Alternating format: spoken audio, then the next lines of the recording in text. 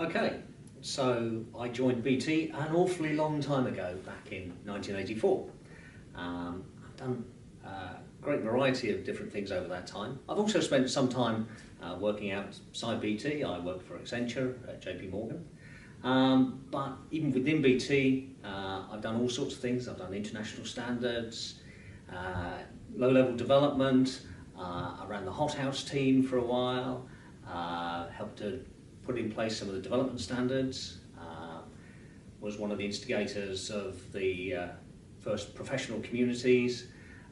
So all of that has been quite a varied career over quite a long time now. You may be aware that we're trialling at the moment the Chartered IT Professional qualification. A number of cohorts from different professions are going through that process at the moment. And that's something I really wanted to be involved in. There's a couple of reasons for that. From my own personal perspective, wanting to see how I performed against that kind of standard, but also in my role as the discipline lead for software design and development within the software engineering profession, I didn't feel I could ask and recommend other people do this without being prepared to put myself through that process. So on a personal level, recognition as a chartered IT professional, I mean, that does say something. Chartered engineers, that's been a status that's been around for a long time, and many other professions have chartered status as well. And it's really good actually to have something that recognises us in the IT industry. So from a personal perspective, obtaining that qualification does say something to me that other people outside BT recognise that I'm operating with a degree of professionalism and at a particular level. Now from a business perspective, obviously there are some places where having a chartered and accredited workforce is really important to BT already. So particularly with government contracts, it's almost a requirement to get through the door. But more widely than that, actually I think it's part of that wanting to recognise the professionalism of our people across the piece. So in preparing for CITP, there's actually 3 stages that you have to go through. So the first is getting together basic evidence, so CV and experience statement.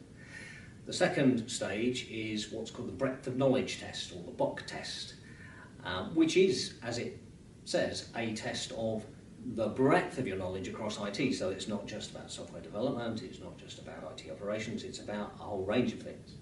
And the third part is an interview done with 2 experienced assessors. So preparing for each of those, obviously CV, that's just getting things up to date. Breadth of knowledge, there's a sample test that you can take, and that did highlight some areas where perhaps I needed to brush up a little bit. And then finally for the presentation, it was a question of reading around what was actually required and making sure that I'd got the presentation nailed and then was ready to take the questions. So CITP is supposed to be a recognition of where you already are. So whilst there's preparation that you can do, a lot of it is about reflecting on what you have done and getting together the evidence that proves that you are operating at the required level. So one of the expectations is that you'll have been operating at that kind of level for at least 3 of the last 5 years. So one of the things is, okay, am I at the right stage in my career right now to do this? Obviously a lot of people are. Obviously others may say, I need a little bit more experience first. So the first thing is really to understand what CITP is about. It's not an exam of knowledge that you can just brush up on. It is about being able to prove the roundedness of your experience as an IT professional.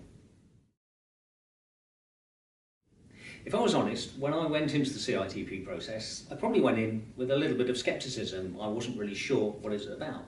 Having come out the other end, I actually do now believe that it's a really valuable recognition of all of those years of experience, and I'm really glad that I did go through the process.